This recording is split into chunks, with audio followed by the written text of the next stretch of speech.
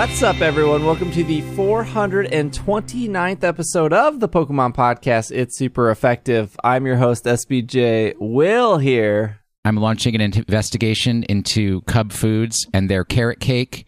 I suspect they are including an ingredient in there that is of an addictive property, possibly nicotine. I don't know, but I can't stop eating their carrot cake, and I've got to get to the root of this. Greg. In the wild, at said Cub Foods last weekend, I saw a person write a check at the cash register. What is this, 1988?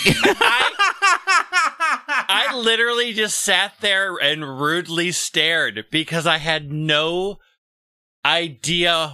I'm like, we're on a camera show. What? Where did you even get it?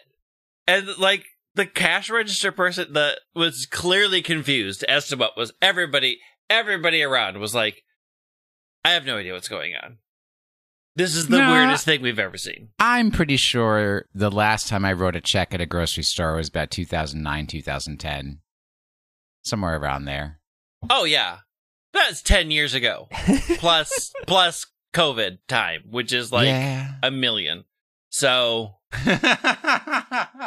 I mean, you're going to sit there and make that whole transaction longer. At least they had a mask on. It's little things. It's the little pieces of generosity that we really like in these days. All right, we got a loaded show here for you all. Did something happen? I don't know. They announced, a little something called DLC. Oh, the Gen 4 remakes are here. I mean, sweet. That's not like it was like, wow, this came from out of nowhere. It was true. Gee, you finally got around to it. They did say autumn. It would be more exciting if they announced Pokemon Sleep, but sure. They did steal your joke, Greg. Just FYI. Who stole the joke? What joke? Oh, Pokemon. Pokemon stole Greg's joke. So mad at them. Greg was the first person to say Pokemon Go Home and Sleep. I'm sure that's far from true. No, I have it documented on the internet. It is documentation. Yes. And then they're like, oh, we're going to advertise that you can do XYZ, Pokemon Go Home. Ha ha. Where's my sleep, buddy? Yeah. I'm suing. This is all part of the bigger lawsuit. Taking them all down. And there's a lot of Pokemon Go news, so those are the two things we're going to focus this episode. I think we'll just get the Pokemon Go news out of the way because it's more disappointing, I guess. Start with the good stuff, I guess. Yeah, let's start with the good stuff here. This is off the good stuff? PokemonGoLive.com, the official Pokemon Go website. September 30th here. Enjoy a limited time free remote raid pass every Monday from October 5th through November 30th. Now, can they only be used that day, or can you build them up? You can build them up. Read me this press release, please. Each remote raid pass will be available for a week. You have to check the in-game shop to claim it before it's gone. Reminder, you can only have fewer than 3 to claim the remote raid pass. What does that mean? It means if you have 3, you cannot claim a 4th one. You have to use one and then claim it. The most you can hold is 5, but you can only hold 5 if you're holding 2 and you buy a 3-pack. But if you're receiving a free individual one, you have to have less than 3 to grab it. It's really silly. I think the only reason they're doing this is because remote raid passes are technically discounted at this point, and they don't want people to stock up on the discounted price when they decide to change it to the non-discounted price, I'm assuming. Well, I mean, you limit it at 3. Just let us build them up. It's not like it's costing you anything, and it is literally safety measures. I hate the fact that it's, you get 3, that's it. It's like, come on. I mean, they're just punishing the whales at this point. I've seen plenty of very hardcore whales stock up on 200 plus remote raid passes during that Christmas bundle, or not remote raid passes, regular raid passes for last year's Christmas bundle, which was one of the best prices. joke was on them where no one was using regular raid passes this year. I mean, they will eventually. Yeah, they will eventually. They don't go bad. True. They do take up storage, though. They take up storage. Controversial storage space. Okay, so free raid passes. Get them. Or what is that, 7 free ones? But you can only carry 3, so get them and then use look, one. If you're caring that much about remote raid passes and you're not using at least one a week, maybe you don't actually care about remote raids. Like, what are you saving them for? You? I wait for my good friend Steve to text me, and it turns out 90% of the time he goes elsewhere. No. I always text you two first. But yeah, but you only text us for the garbage raids. Yeah. I don't want to do Houndoom. I don't care for Houndoom. New raid. It is it's Mega Houndoom, first of all. Well, okay, you didn't say that in the text. All you said was... Literally, wait, the entire transcript of the text message, I believe, is the word Houndoom. Houndoom. That is literally what we got texted. Houndoom question mark. Now, right. I did connect the dots and figure out, oh, you mean the new Houndoom raid, because you don't like to talk to us normally unless we are giving you something. This is all in the lawsuit. No, the one that I have is Houndoom in 10, which is... Yeah, I got that one. Which I was going to respond no, because I was at work. I have a job. I can't be raiding Pokemons at all hours of the day. And then yesterday, Houndoom in 10 again, which I did not see until... The one yesterday was Houndoom in 10 minutes. Mins.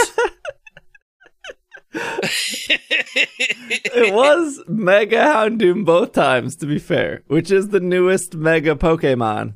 Oh, I got my Houndoom candy. I'm out of. I don't need any more Houndoom. I don't care about Mega Houndoom. I just want the Pokedex entry. Okay, this is also off Pokemon Go Live. We're not getting to the bad news yet. We have a lot to talk about in the bad news, don't we? Sure do.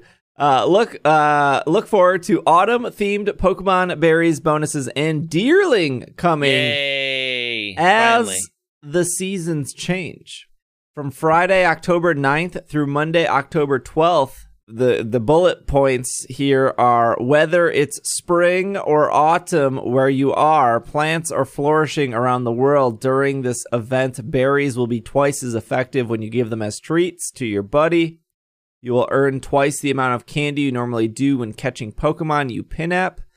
Berries will also drop more often from photo disc stops and gyms. Pokemon can sense the season changing. You can expect the following Pokemon more often in the wild: Oddish, Vulpix, Bayleaf, Hoot Hoot, Sudowoodo, Yanma, Pineco, Zigzagoon, Seedot, Shroomish, Plant Cloak, Burmy, and Foongus. This list of Pokemon makes no sense together. They're all berry eaters. What do they grass have? What do they have to do? What does Zigzagoon have to do with seasons changing? I think Zigzagoon is like the thing that collects the berries in Hoenn, right? It's like a berry hoarder. It's a raccoon. They they collect trash all the time. Fungus? So, mushrooms grow. Yanma? Because it's like spring and growth and like bugs and wildlife and fruits and vegetables and plants. Sudowoodo is a rock. But it would like to be a plant. But it's a rock. It Look, should know what it is and stay in its lane. Dreams don't have to be based in reality. That's why they are dreams. Look, I can give you a multi-hour-long lecture about how my dreams are clearly not based in any reality. Correct. And yeah, so you don't even need the lecture. You know my life. I know. I am watch it. I watch a it Sudowoodo. If you're lucky, trainers, you may encounter a shiny Vulpix, originally discovered in Kanto. That extra line is probably because there's been confusion around Alolan Vulpix. Autumn-themed Pokemon will be hatching from 5K eggs. Deerling, the season Pokemon, will be making its Pokemon Go debut. The turning of seasons changes the colors and the scent of this Pokemon's fur. Keep an eye out for the autumn form of Deerling.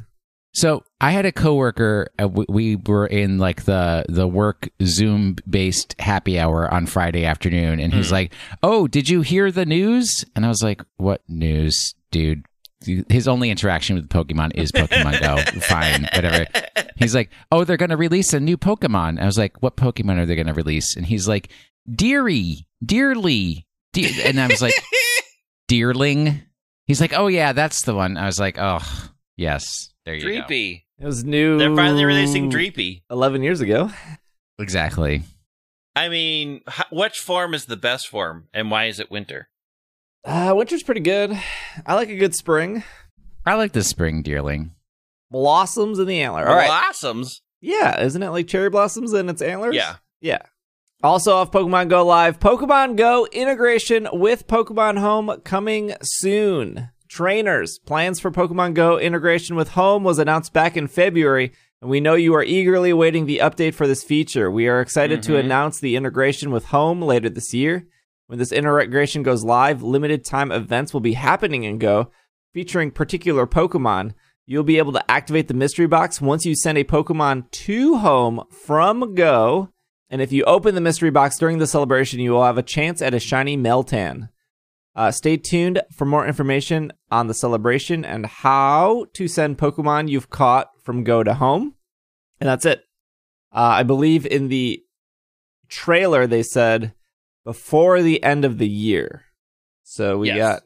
Yes. Correct. So, the last week of December. Right, yes, it's Pokemon Bank all over again. I mean, they're going to put it off as long as they can. I have a logistical question here. Is this going to cause the drama that's going on around it? No, my life is all drama. I know.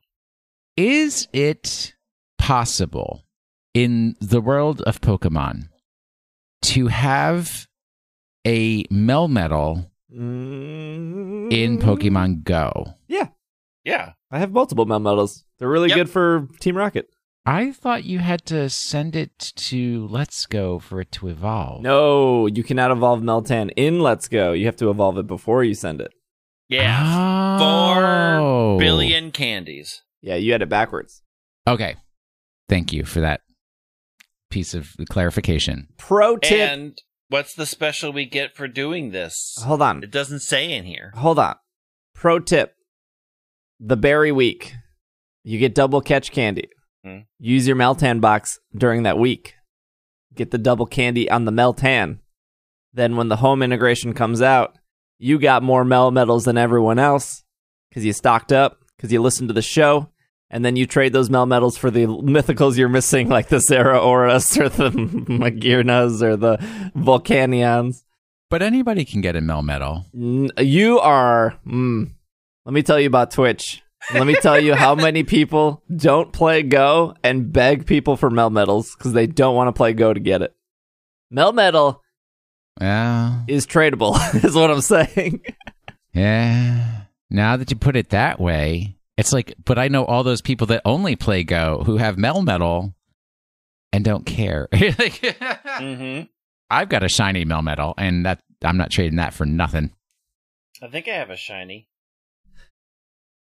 I don't care about it, so. There is something on the Japanese website that people freaked out about, and then it was later changed. But it seems like there is... I'll just say what it is now, because what it was doesn't matter anymore. What it is now is that there is an FAQ on the Japanese website about Pokemon Go to Home saying that there is a cooldown on sending Pokemon from Go to Home, and that there will be coins to alleviate the cooldown. And that's pretty much all we know. We don't know what the cooldown is. We don't know how many Pokemon you can send, quote unquote, for free. We don't know if any of this has to do with the premium subscription for Pokemon Home, which I think all three of us have. Yep. And we don't know what the coin cost is. I did a pretty artificial / lame poll in my Twitch chat the day that this was announced, seeing, just what people were comfortable with. And almost everyone said that if it was 5 Pokemon a day for free that you can transfer, they would be completely happy with that. And, I don't know what just guessing, pay 100 coins for another 5. Otherwise, you have to wait 24 hours or, this is not new to anything mobile at this point of paying coins to get rid of the countdown. We all knew it was going to cost money, right? They charge you for storage, and they want you to increase your storage in the game. So the fact that there was going to be a coin cost shouldn't have been a surprise. Because why would they give up their cash cow of running out of space for whale collectors and not charge you money to move them? I'm surprised there's any hint that there's going to be X amount that are free. I definitely can't imagine they don't give a minimum 1 a day for free, which I think is kind of lousy. Yeah. I mean, they probably give maybe one a day for free, but I mean, one of their big money makers is increasing storage. Like, that is one of the things they charge for. There's a cap for that, though. Eventually, like what? You're at what, 4,000? Yeah. But like, out of 4 years, and they increase it, maybe 1,000, not 1,000 a year. What is it? Like, maybe on average 700 a year, because we're 4 years. It's caps at like 3. I don't even know how much you start with storage-wise. 400? Yeah, something like that. I think they make way more money off incubators and way more money off raid passes than they do storage. Because there's no ceiling on that. I mean, probably, but also, that is one of their things. Like, every community day, I'm like, do I dump a bunch of stuff, or do I buy some storage today? And sometimes I buy storage, and sometimes I bunch stuff. I bet most of the times you buy storage, because I'm in the same exact situation. Most of the time you buy storage is because you don't want to put the time into looking through your old Pokemon to figure out which ones to delete. Correct.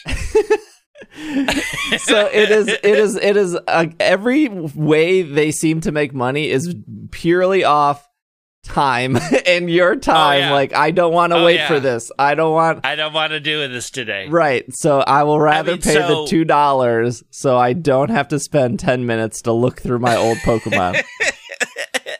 But we know that, there are a bunch of people that were shocked that that there was going to be a cost to it. And I don't know what company they think they're dealing with. Yeah. And I made this point, and not a lot of people like the point, but if you wanted Jirachi back in the day, you remember this, Greg? I still have that disc. There's one way to get Jirachi for 6 years. I looked it up, from the Coliseum bonus disc to the first distribution in the US to everyone else. The only way for 6 years was the Coliseum bonus disc. So not only did you have to buy a $50 spin-off game, Coliseum, whether or not you like that, it's not the point. Then you had to buy a $20 specific adapter. It wasn't the link cable. It was the GameCube to Game Boy Advance adapter. Mm-hmm. Just to get one Pokemon into your copy of Ruby and Sapphire.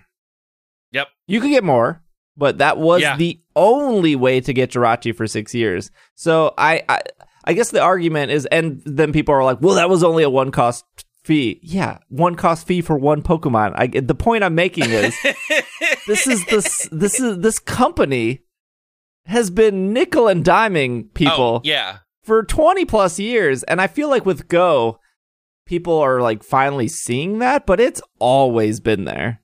Because it's more frequent now. But it's way more frequent now. Yeah.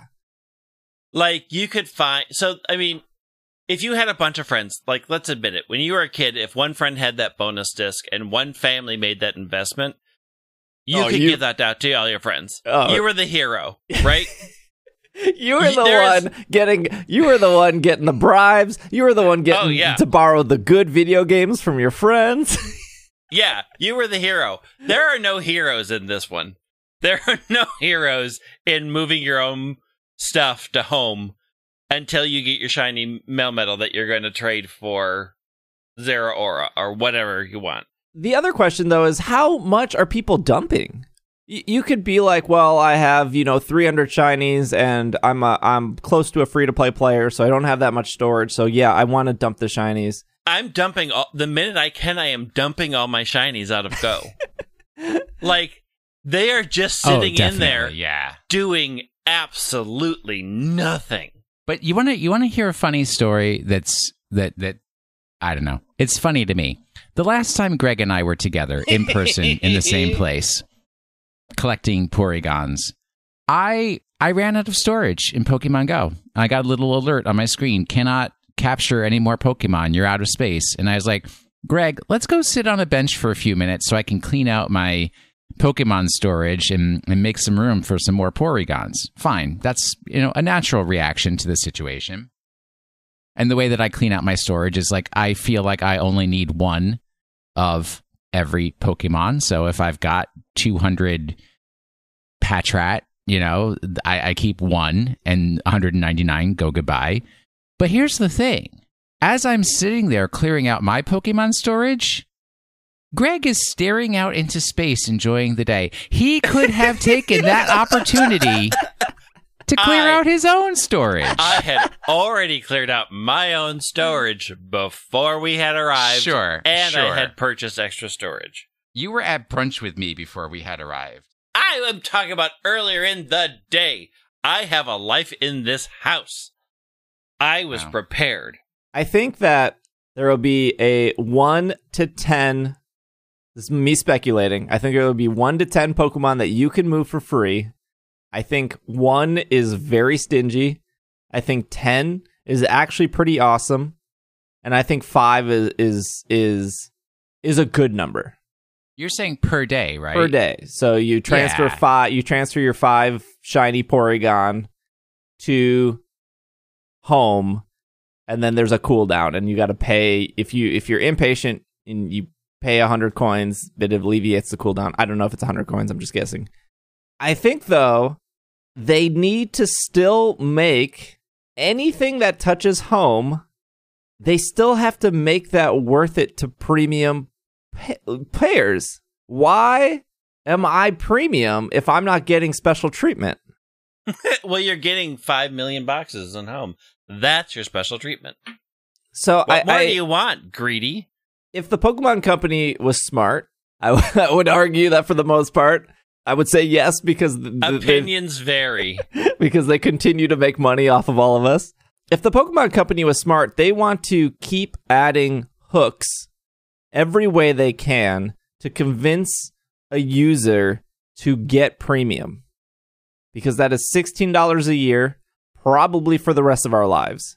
Unless at some point we just go, you know what? I don't care about Pokemon anymore. I'm walking away from the entire series. No! Once you have thousands of Pokemon in home, you're paying for those memories to be alive. Because you can't move them anywhere else. I mean, I guess you could dump the ones you care about into Sword and Shield and then hope your Switch doesn't break because there's no backup solution for Sword and Shield.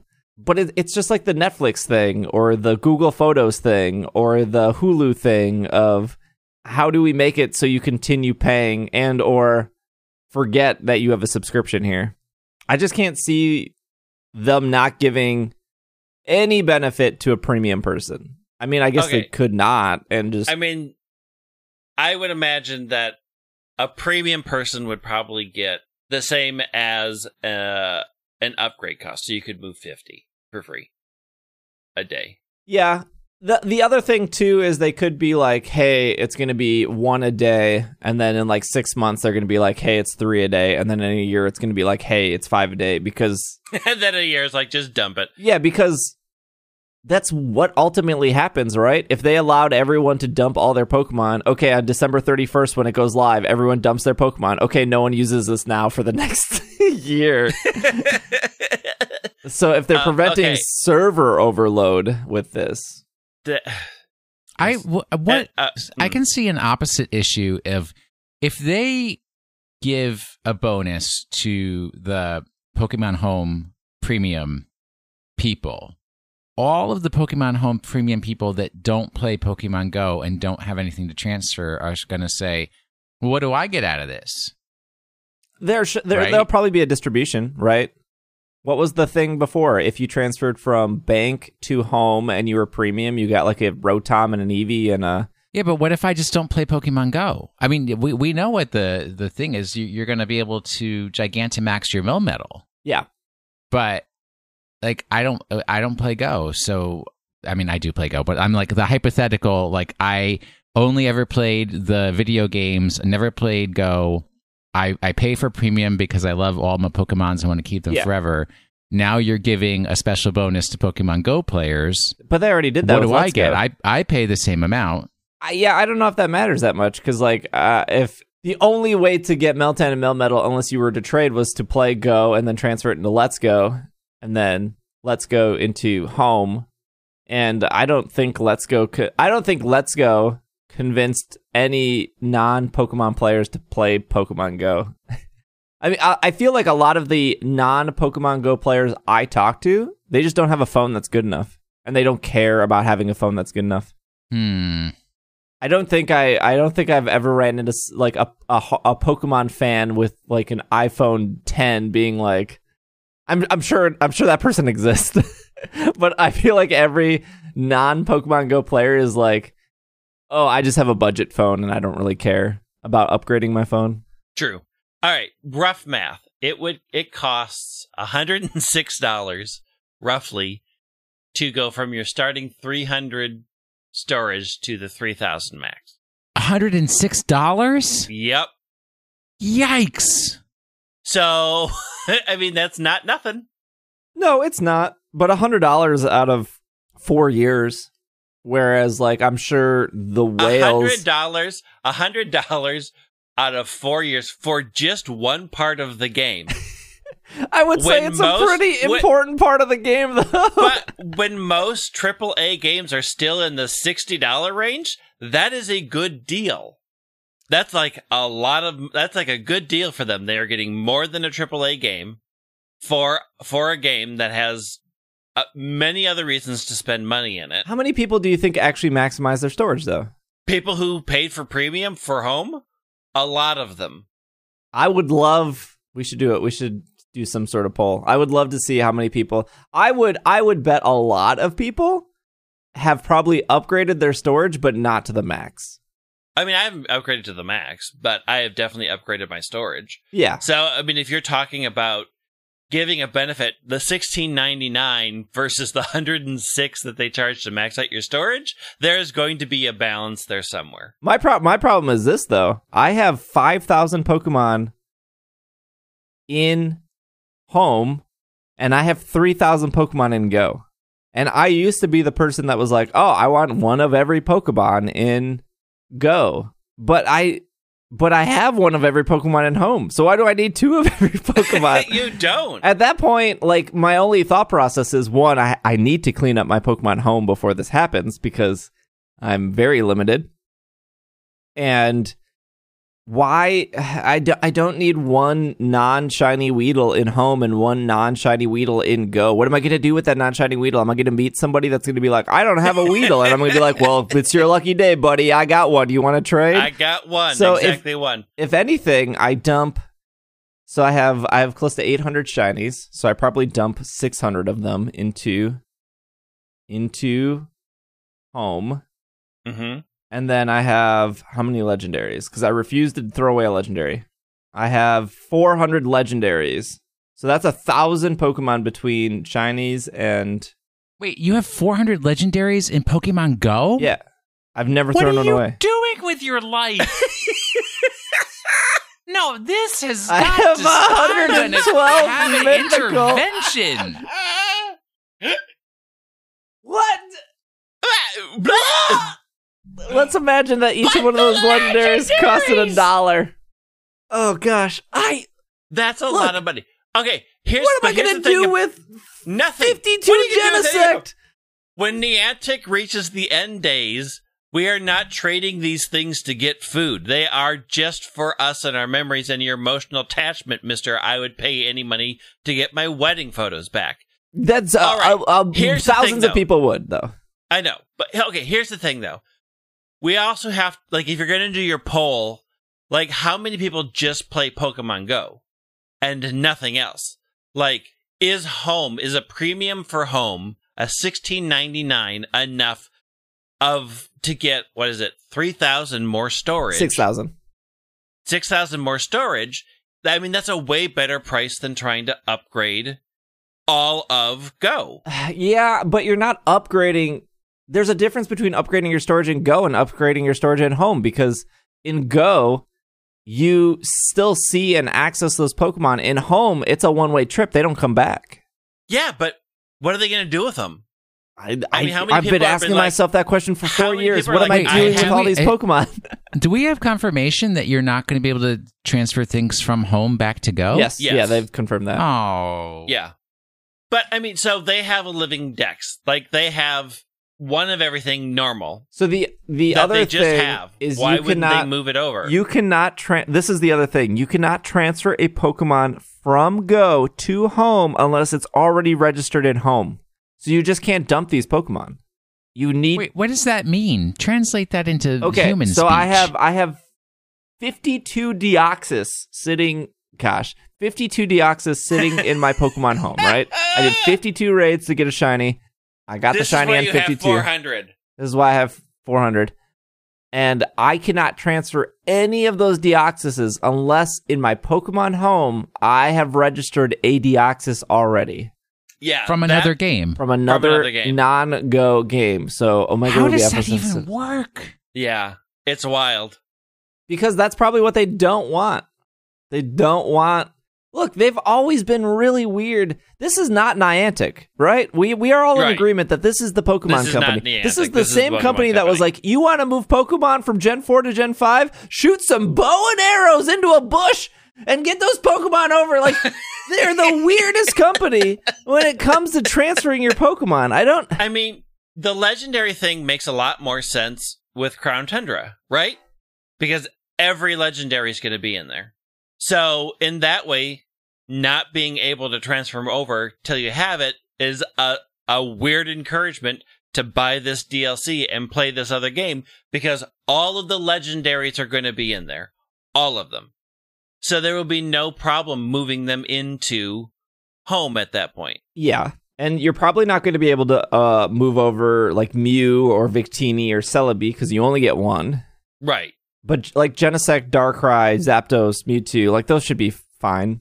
I don't think any of the costumes are coming over. I don't think Armor Mewtwo or Milady Shinx is going to come over. Oh, I think they will. Why wouldn't they? They specifically say that, not all... I think they specifically say some costume Pokemon will not move over. Yeah, flower garland ones. I mean, that's sort of a weird limit since it can't go into any other game. Like, why wouldn't you just put it in Home? Because I feel like at this point I'm valuing putting more value in my 6,000 Home storage than I am my 3,000 Pokemon Go storage. Yeah, I mean, like, once I can start dumping Pokemon, whether that's 5 a day or 10 a day or 1 a day, I think it's just going to lead to me deleting just more Pokemon that I wouldn't have normally deleted in Go. Like, why am I holding on to all these unknown? Mm-hmm. Like, I mean, I'm holding on to them because every once in a while I need to trade them, and it's a good thing to trade. But yeah, but why am I holding on to like 4 Ninetales? Unless like the Ninetales is lucky, or unless that Ninetales is like good for taking out gyms. It's really easy to get a Ninetales in literally any main series Pokemon game. But yeah, I wanted the thing where I wanted one of every Pokemon in Go. At that point, I'm just eating my own storage, and I'm not doing anything with them, and I probably don't plan on trading them. There are some Pokemon I'd hold on to trade, like, I don't know, Corsola, I guess. To completing there are still benefits, and will probably still be benefits in completing your Pokedexes in Go. Like, they've done that before. So there was a reason to be able to complete that, but, I mean, holding them after that, like, there's never been a requirement to hold on to them. Right. I mean, the other thing I would do too is like, I have like one shiny. What's a shiny that I have that?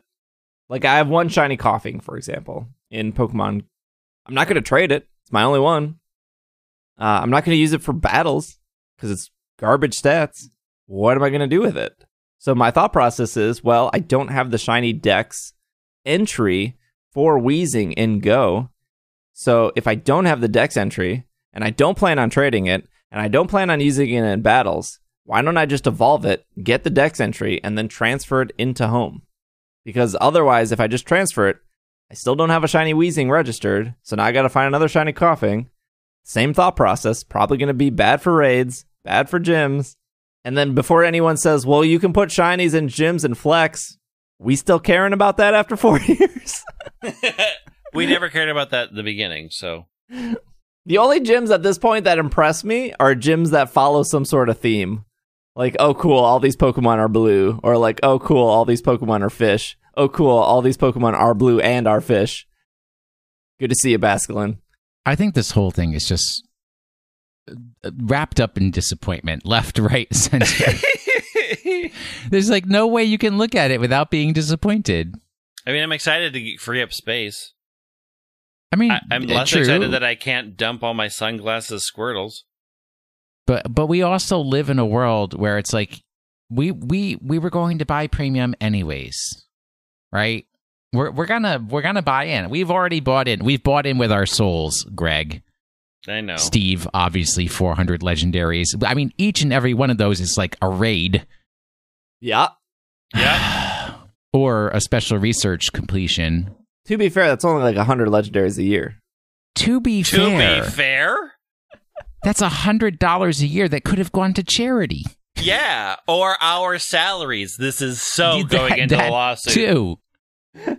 Hey, if you guys are missing Zapdos, I got plenty I'm not to missing trade. Zapdos, and I've even got shiny Zapdos. And I have shiny Zapdos. Oh, can I interest you in a Heatran?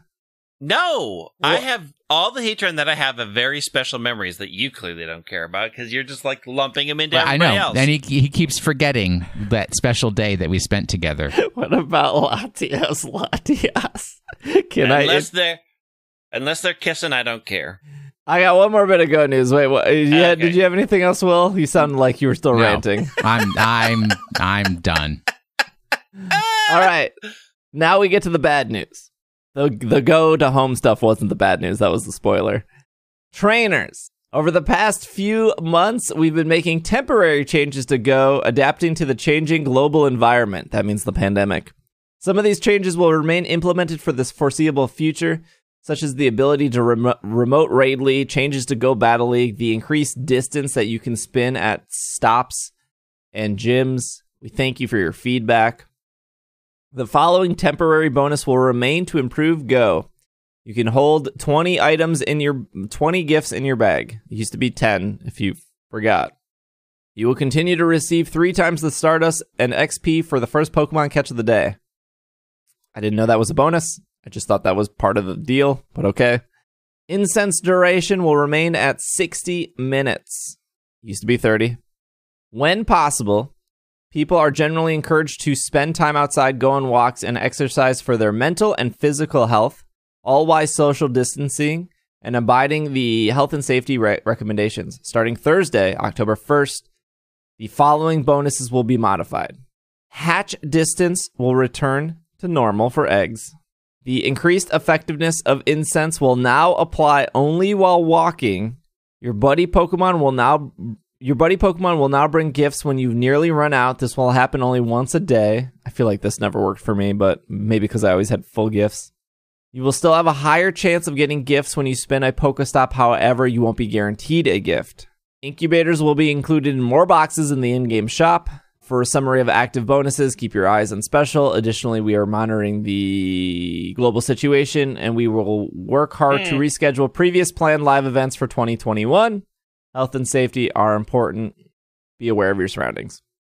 So we don't have to focus on how the pandemic is still here. I don't think a lot of people want to hear that. And still up swinging. It has gone up recently. The timing on this, pretty not great. Pretty bad. Pretty dumb. I think the big thing people were upset about was the incense itself. I think if Niantic came out and they said everything but the incense, I actually don't think people would have cared. No. Because eggs are still garbage. If you're buying eggs, you're a sucker. Or not eggs, incubators. If you're buying incubators, yes. There hasn't really been anything good in eggs recently. I guess they put the bow smoochum in eggs, but there's like a spin 3 Pokestop that will get you bow smoochum, so you can get smoochum without needing to hatch. Maybe, I don't know, maybe the people buying incubators just really like Feebas. I'm not sure, but I don't like Feebas, so I don't need to spend money to see Feebas more often in my day. But I think the incense was the big thing people were upset about, and I think the timing on this was very poor. Although, knowing the Pokemon Company and Niantic, they probably planned this a month or two ago. Yep. True. Which sort of, and things weren't awful. Well, things have been bad, but they weren't as bad as they are now. Yeah, but if you're going to say that you're continuously monitoring the ever-evolving global event, and every outlet and everything is saying there is going to be a fall uptick, and that winter is going to be awful because it's all back to enclosed spaces, then you would have known that going into this. Here's the thing that's frustrating about the incense thing. Not only is it only affecting, only while walking, but people who have difficulty walking or difficulty moving, or anybody where that is a barrier, we're getting a huge benefit out of this game that is now gone for no really good reason. Okay. Like that. Well, money. I mean, money for that, but you still were buying money for incense. So the increased effectiveness of incense while walking hits on multiple bad levels, not just like, hey, get out and walk. But for people who can't do that, this momentary wonderful thing is now just taken away from them, again, for not a great reason other than money.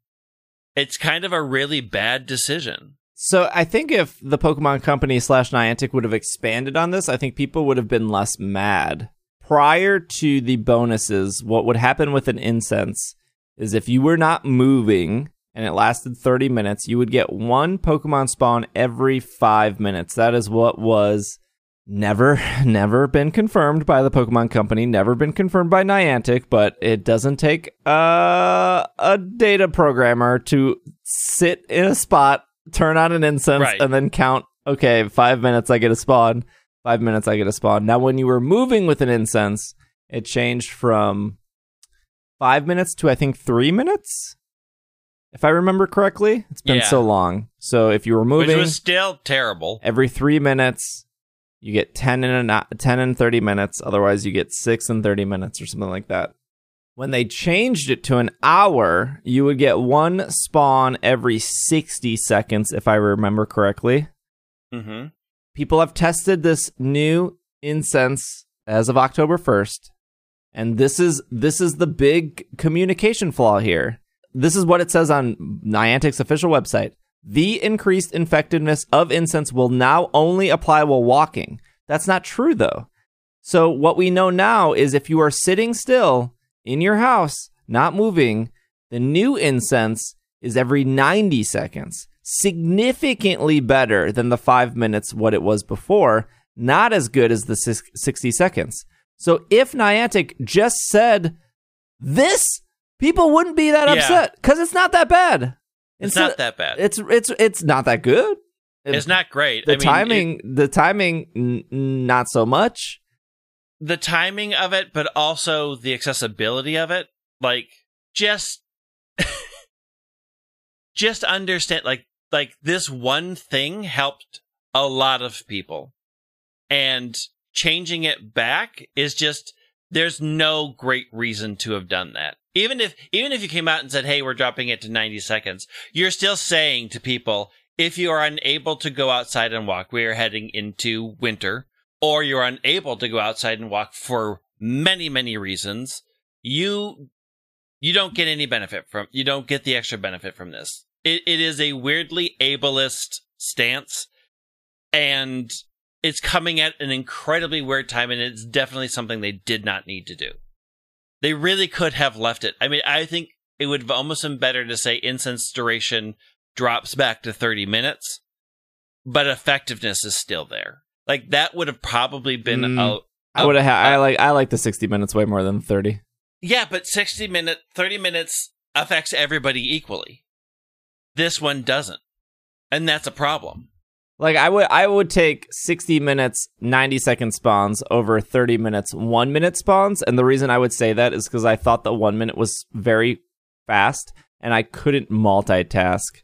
Like, I just felt like if I left the app for a little bit to check Twitter or to respond to a text, I was missing a spawn. And then I felt like I was wasting my 80 cents. Oh, your 80 cents was wasted, bud. So don't worry about how you feel about that. Because I did a lot of at-home streams with That's a very perceived problem. That is your perception because you are multitasking. Yeah, like, yeah. That is your experience because you want to do other things, so you want the cushion of 30 minutes. That doesn't affect how other people interact with this game or make that better. This having to get a better spawn rate while walking does affect people very unequally. Whether you perceive it or not, the reality is if you cannot walk, you are going to be punished. Well, yeah, if you're mobility impaired, yes. Yeah. If you can't walk, you can't go outside, you can't do something, you're still trying to be safe in a global pandemic that's in an uptick, all of these things are punishing those people that in a way that it doesn't punish equally. I mean, that's a fundamental problem with the game from the beginning. Right. Oh, yeah. Yeah, that's not new. I mean, it's not new, but they didn't have to make it worse. Is all I'm saying. Yeah, it's like they instead of saying, "Hey, by making this change, we actually had a greater benefit than we had expected. Let's keep this change." They're saying we're just going to ignore that greater benefit because shareholders. I don't think it's that bad though. I don't think from 60 seconds to 90 seconds is the end of the world. I think it's not the. I think they just should have communicated that. It's not the end of the world to you. I do not think that change alone ruins the game. You are getting maybe I can't do the math real quick. You're getting 5 less Pokemon an hour, but you're still getting 30 plus Pokemon in an hour, as opposed to the 6 Pokemon you would have gotten on the incense that we had for 3 years, and that was it. And if you were moving, you would only got 10. So what they're saying now is if you're not moving. You would have gotten 40, and now if you are not moving, you get 36. The past being bad and then being fixed, and it isn't a great example to say, hey, it was really bad before and they fixed it, so now it's less bad, isn't a great argument. But to say oh, we're getting 4 less Pokemon, this is awful, is that's really I don't know. I'm not a Pokemon accountant. I'm not looking at I would assume that most people tables. listening to the show didn't just assumed it went back to normal once every 5 minutes, but it went from 60 seconds to 90 seconds, which was not communicated, which was why people were upset. They thought that oh, now what's the point of even using incense? These two companies are so bad at communicating things. If they would have just said, hey, got that right. Instead of every 60 seconds, we're changing it to every 90 seconds. I think most people would be like, yeah, okay, fine. And if you're moving, you're going to get more Pokemon, which I don't know. I wish I did. I don't know. With the old incense, I don't think it mattered if you were moving or not. I think it did. I think you were just getting one every minute. I don't think you could make one. If you could make a spawn in 45 seconds, I don't think you could, unless you were fast catching, I don't think you could catch nonstop. But the timing on this is bad. I'm not saying the timing is bad. The communication was bad. The decision is a little questionable. I think if this was not both of these, so hatch egg distance will return to normal. Fine. The only people complaining would probably be the people who buy 10 incubators a week and put their phone in a sock and spin their sock in a circle to hatch. I thought you had to do it in a Pringles tube. I thought that was the best way. But you go, hey, hatch distance returns to normal. Oh, guess what's this week? An egg event. Huh. The timing on that. And then you go, the increased effectiveness will only apply to walking. Okay, well, everyone's mad because you didn't actually say what you're doing. And if you would have said what you were doing, people probably would have been like, okay, I gotta wait an extra 30 seconds. That's not the end of the world. It still lasts an hour. But they probably could have just waited till January 1st. They should have waited till January 1st. Because even though we all know deep down the pandemic isn't going anywhere January 1st, everyone has this thought process of New Year. A new year. Niantic really just, they need more people on these decisions on how to communicate. Like, they just need to sit down and be like, okay, let's think about how we message this, because they are so weirdly secretive about the dumbest things, and it just serves to make people mad. Ingress had the same rollout, actually. I wasn't sure if this was like the Pokemon Company forcing Niantic's hand here. Ingress has the same rollout on things. Ironically, Harry Potter Wizards Unite still has all their safety features. They did not roll back any of them. So it seems that Warner Brothers said no. The only reason I bring that up is because people are very quick to blame Niantic. But why didn't the Pokemon Company step in if they also didn't care? If Warner Brothers cared, Niantic listened. Where's the Pokemon Company? Say, let's not roll some of these out right now. I don't know. It's frustrating. I mean, yeah. Pokemon Company also is very Japan-focused, and their experience is vastly different. Take a break, and then we'll talk about Crown Tundra.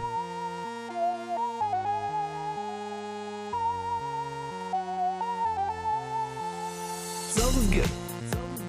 I don't hate Zelda. Zelda's good. Very It's like much, boring and bad. Zelda's good. Interesting. Zelda's good.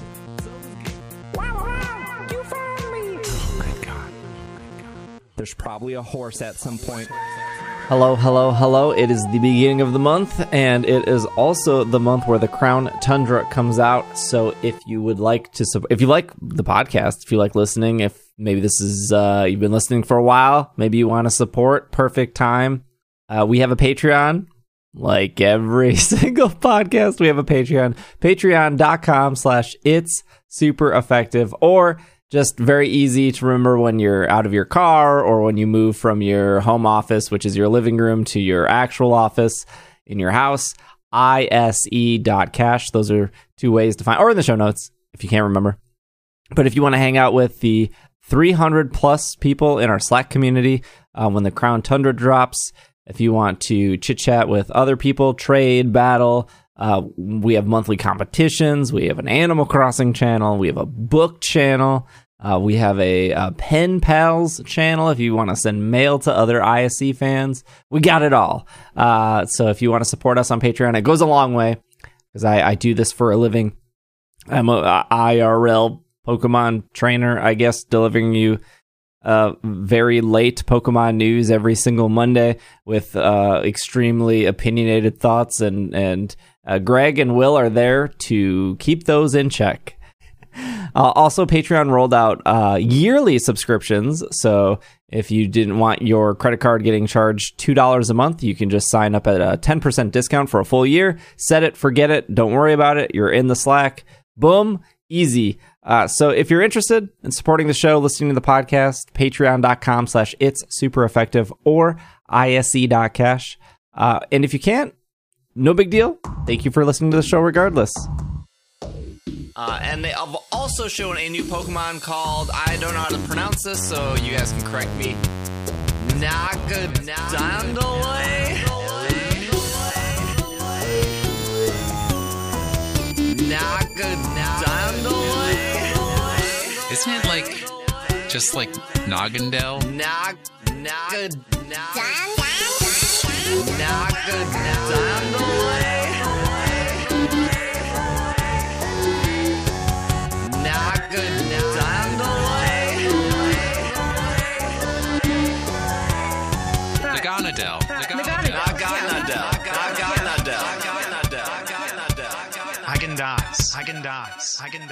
We are back. This was sent in by Brandon from our Slack off Pokemon.com. Brandon is always raising controversy. I'm. We need an investigation of that dude right there. Compete in the Battle of Legends online competition. This is a tournament. Competition allows trainers to have one legendary Pokemon or one mythical Pokemon on their team. You can battle against Pokemon like Mewtwo, Lunala, Zacian. If you participate in at least one battle, you will get 50 battle points.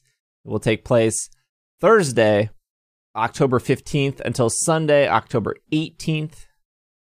The Pokemon you are allowed to use are Mewtwo, Mew, Celebi, Jirachi, Reshiram, Zekrom, Kyurem, Keldeo, Cosmog, Cosmoem, Solgaleo, Lunala, Necrozma, Magearna, Marshadow, Zeraora, Meltan, Melmetal, Zacian, Zamazenta, Eternatus, or Zarude are all allowed. Do I get a t-shirt? No, just battle points. I'm out. I think I'm sitting this one out. I'm out. No. Well, no I was going to ask. T-shirt. Nothing for me. I was going to ask Mr. Pokemon Continuity, were there any issues with Legendary versus Mythical on who was allowed in this particular competition? You got them Ultra Beasts. No, the only Mythicals allowed are the Mythicals that have been allowed in Sword and Shield. Yeah, but it's the Legendary Battle tournament. Battle of the Legends. Yes, not Battle of the Myths. I don't know why you would do a Legendary when Mythicals normally have better base stats. Better move I pools? don't know. I mean, everyone's going to use Mew because Mew's cute. I think is Melmetal not the choice here? Like, what fire legend are you going to go up against? Reshiram? Reshiram, yeah. Victini. Is Victini Victini is not allowed in Sword and Shield. Yeah, I guess Reshiram. Maybe Mew with Flamethrower, I guess. Mewtwo with Flamethrower. I think Melmetal is probably the safe bet, though. A Marshadow is fighting. Take your steel down. Just true. There's a whole bunch of counters. Look at you. And I didn't even have a coach, and I know how to defeat your team already. Well, now you've got to enter the competition, Greg. No, because there's no t-shirt. I'm holding out. Is also off Pokemon.com. There's a new raid rotation. Wild area update October 1st. This goes until Saturday, October 31st. You can find ghost-type Pokemon like Gengar, Drifblim, Dusknoir, and dark-type Pokemon like Hydreigon, Grimmsnarl, Morpeko. They will appear more frequently in max raid battles. If you're missing Gigantamax Gengar or Gigantamax Grimmsnarl, here's your chance. They're pretty easy to find. Yeah. I have a particular issue in that now when I play Pokemon every day and I get the little badges on the left-hand side of my screen of like, here's what's going on in the world, I don't recognize the silhouettes of the Dynamax of the raids. I'm like, what is that Pokemon? And I'm like, I'm pretty sure I've seen them all, but wow. There are some ones out there that I'm like, I don't recognize that silhouette in the slightest bit. It's a Jigglypuff from above. You gotta up your Pokemon game. I'm not upping my Pokemon anything until I get that shiny Snom. So whatever positive vibes people can send me from the universe, thank you. All right. And then that will be my last day on Snapchat. I'll be freed. This is off this is the press release email the Pokemon Company sent on over for the trailer here.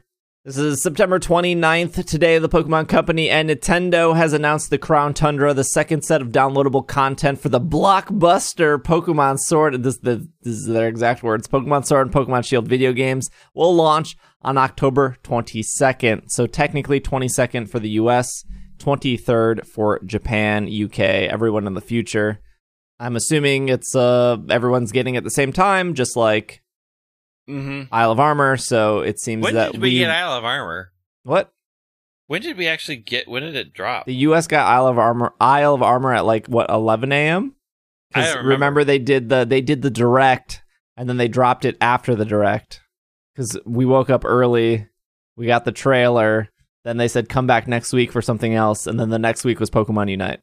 So it was very weird because we got it on a Wednesday. Was Pokemon Unite really that long ago?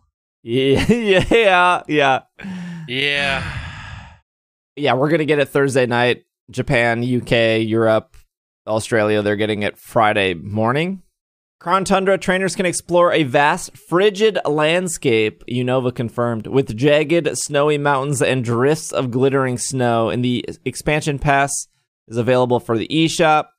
Trainers will have the and starting on November 6th, trainers will have the opportunity to purchase bundle packs consisting of the Pokemon Sword and Shield base games, as well as the corresponding expansion pass, which includes both the Isle of Armor and the Crown Tundra. These bundles are well suited for trainers who have yet to embark on their journey. This was kind of obvious. We've talked about this for months, that there's no way they're not putting out an updated version on shelves before the holiday. Yep. Yeah, true. Yeah, absolutely. I mean, that was a given. I'd be curious if like Target, Walmart pulls the old copies at this point. I don't know. I mean, they probably have both. Because, I mean, I don't know. Is it a different price? Like, is it? Oh yeah, they did not show. They didn't show price, so we don't. I'm assuming it won't be $60. I mean, ideally Probably it would be not. $90, but if they're putting it on shelves at $90, that seems really high. So usually, I don't know. I could see them pricing it at $80, but that still seems a lot. I mean, if they put it at $60, that'd be a heck of a steal for people who have not played yet. That would probably move a lot more than. During the video presentation, Ishihara, president and CEO of the Pokemon Company, also unveiled a newly discovered Pokemon, new games, and exciting in-game bonuses for Sword and Shield, or the expansion pack, as well as the updates to Go. We already talked about that. So the newly discovered Pokemon, there's two of them. One is Galarian Slowking, which is the poison psychic type Pokemon with the ability Curious Medicine. A Shelder bite set off a reaction between chemicals by Galarian Slowking's brain and the species in spices inside its body, causing Slowpoke to gain poison type when evolved into Galarian Slowking. Slowking has been observed uttering incarnations in order to communicate with others, and appears to chant incantations, and appears to chant mysterious spells while using moves in battle. Galarian Slowking's ability, Curious Medicine, is a new ability introduced in the Crown Tundra. The other new Pokemon is Gigantamax Melmetal. While Gigantamax, the mythical Pokemon Melmetal, can use its flexible, elastic liquid metal body to land punches even when the opponent keeps their distance.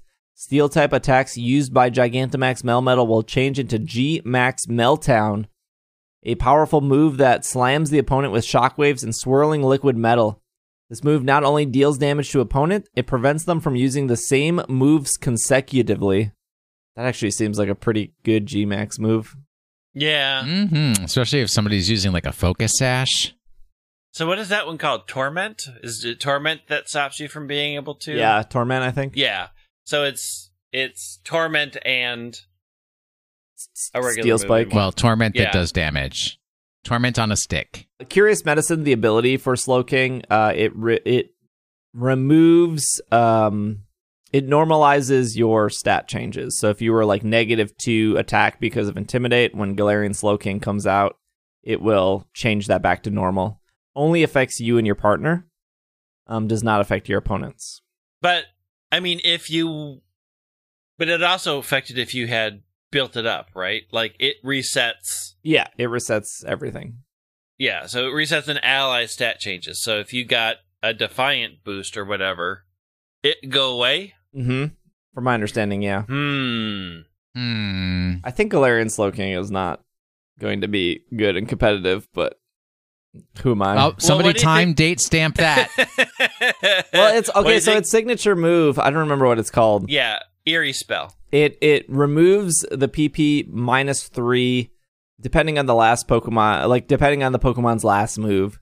So, for example, if you were fighting a Primarina that's going to Hydro Pump and they PP'd up their Hydro Pump, they would have 8. So it would bring it down to, they use the Hydro Pump, they're down to 7. You use Mysterious Spell? Eerie Spell, and then it brings it down to math time 4. So they can still use Hydro Pump again, but 1, that's assuming you survive. 2, that's assuming that they planned on using the move you planned on removing the PP. And 3, what if you just knocked them out instead of worrying about how much PP they have? Yep. I mean, but this also works on things like Sucker Punch, right? Yeah. I mean, it would work on any move.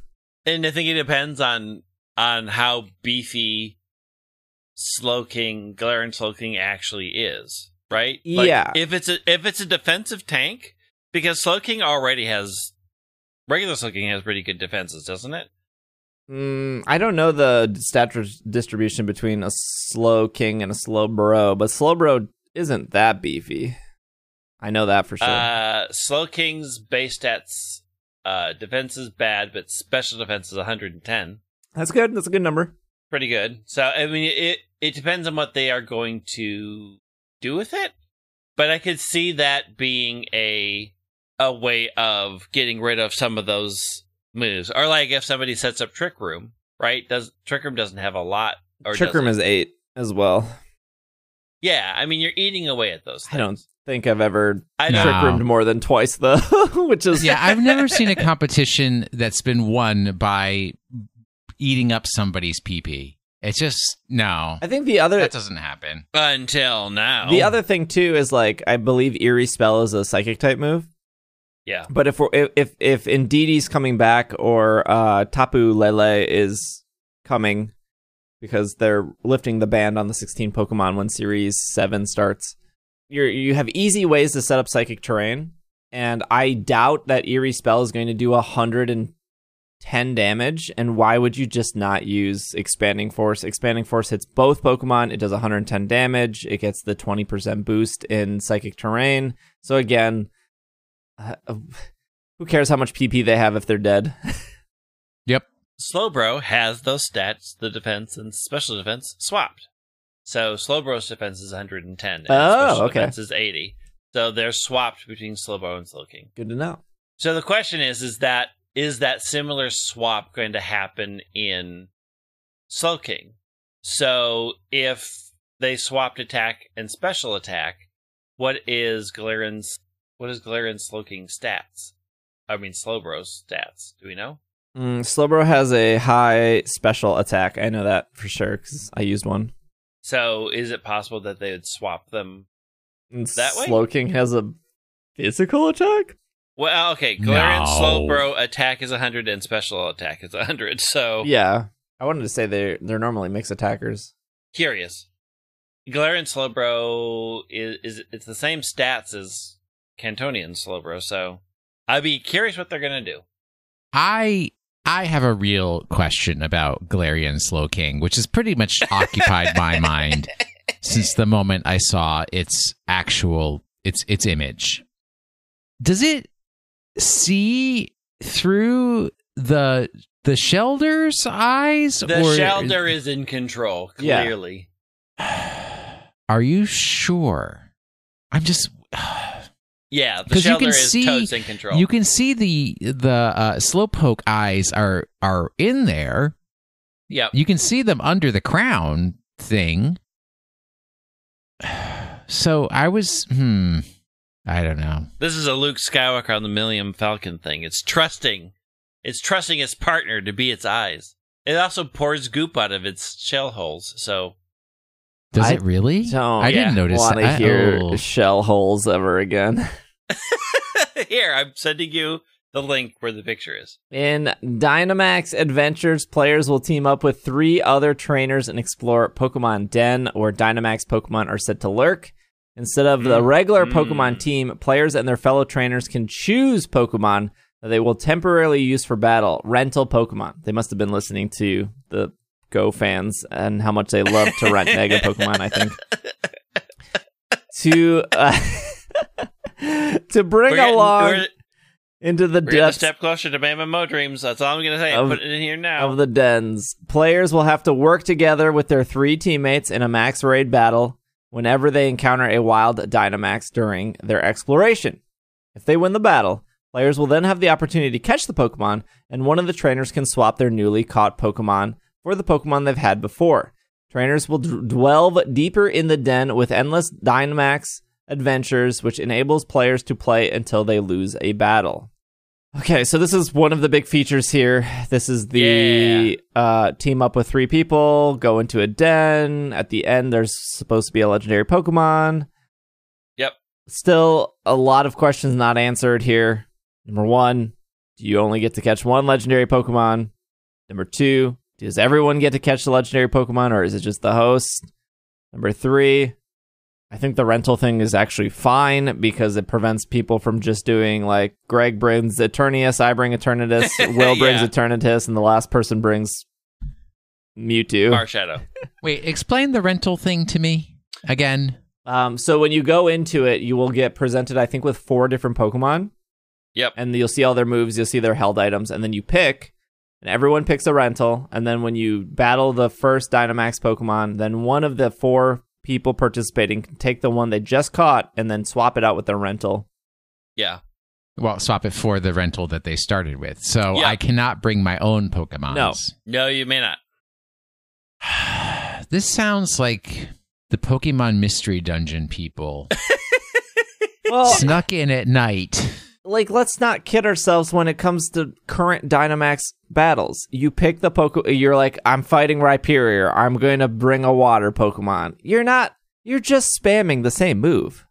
There's the only maybe exception to that was, the only exceptions are like maybe Clefable and like the Mewtwo stuff.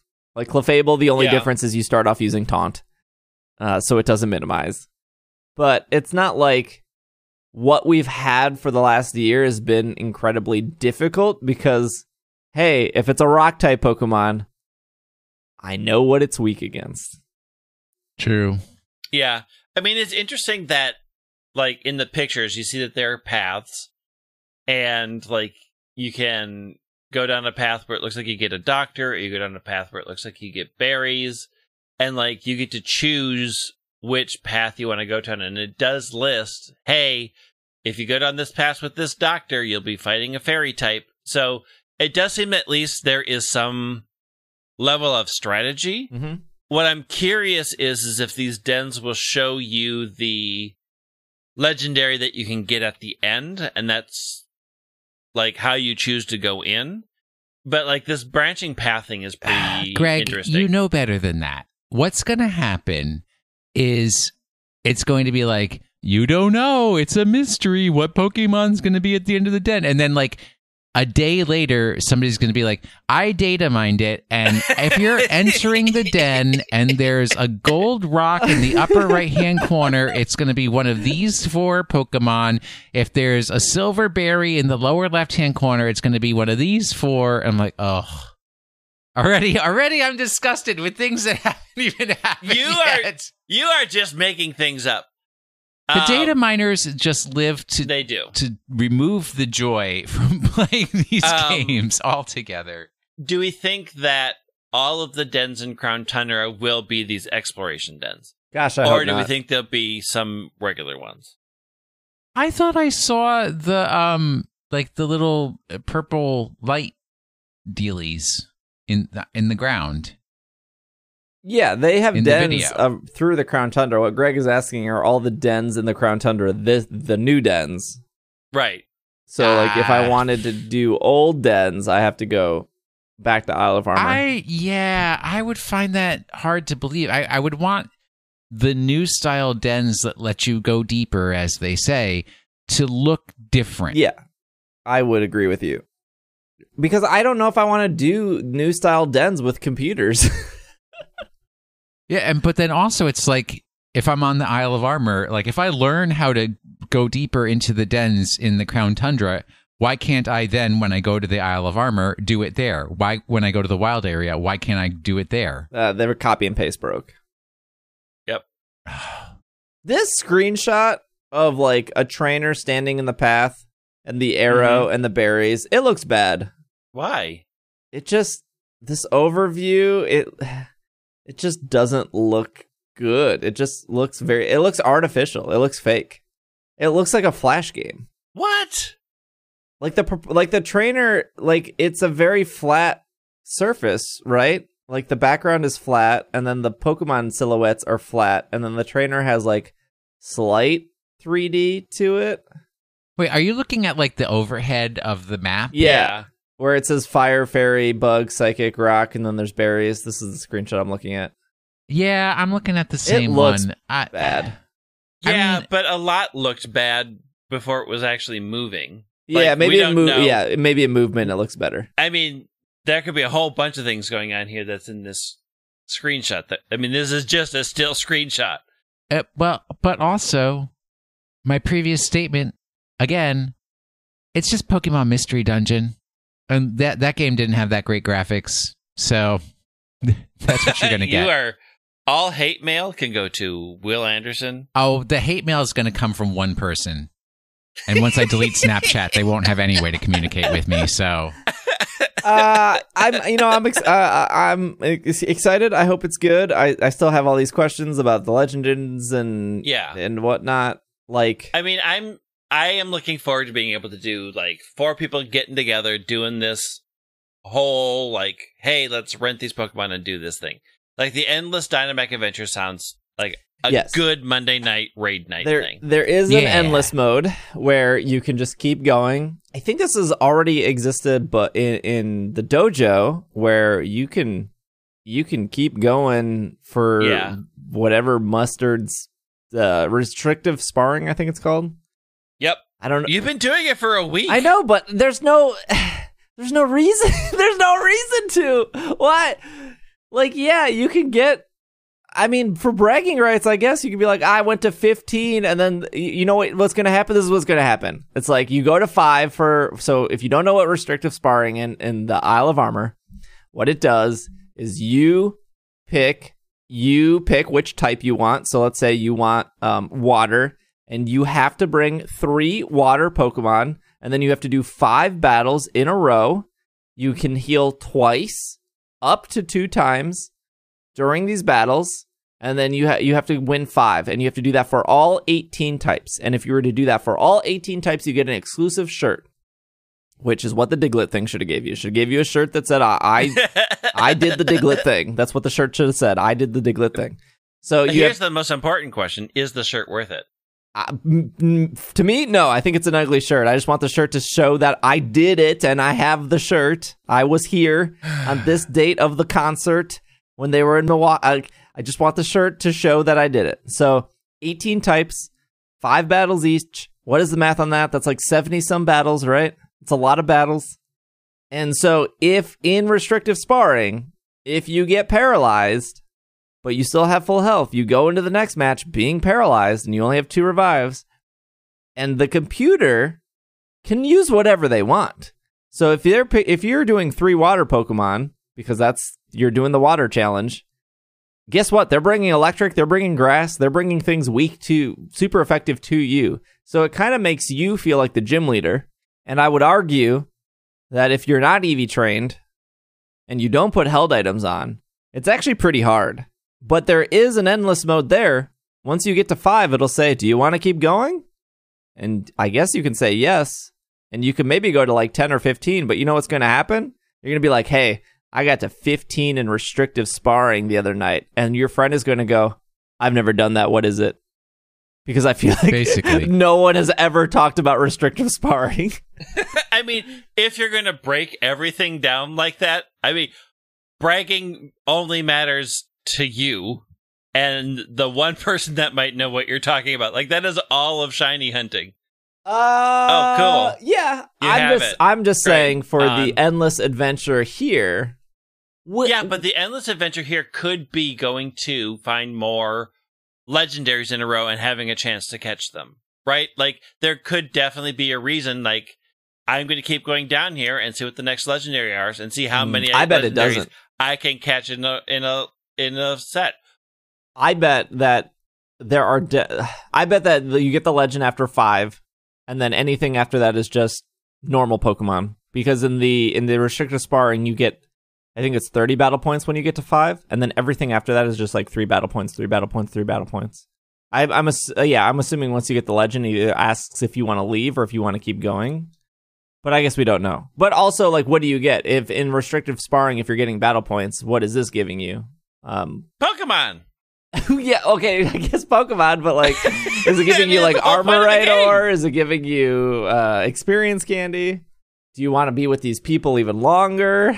Do you want to suffer with Dean, Noah, and Isabel for more battles? I thought I wanted to be with you, but apparently it's just Will and I and whoever else wants to join, because you're a party pooper. With the Crown Tundra, trainers will be able to encounter every legendary Pokemon that has appeared in the main series video game. Players can find and catch legendary Pokemon during their travels in the Crown Tundra or while on Dynamax Adventure. And then just keep in mind, some legendaries will only appear in Pokemon Sword, others will only appear in Pokemon Shield. What a ripoff. It's almost like they've been doing this for 20 years, too. They're doing distributions for Pikachu. All these Hat Pikachu that were in Sun and Moon and then came back in Sun and Moon, they're doing it again. So if you're missing out on the Hat Pikachu, there's a bunch of those. Okay, quick sidebar question. In the legendary list, it shows Urshifu. Mm-hmm. Urshifu's legend. Are we assuming there will be Urshifu dens, so you can get the other one? So yes. like if you went water, you can get the dark one that way. Yes, that's what I'm assuming. Okay, this is important for me to decide what I'm doing with my Cubfu when I do my Sword DLC. You keep it as a Cubfu. They need to. Yeah, I need to keep that Cubfu for my living decks. Yeah, just put Everstone on it.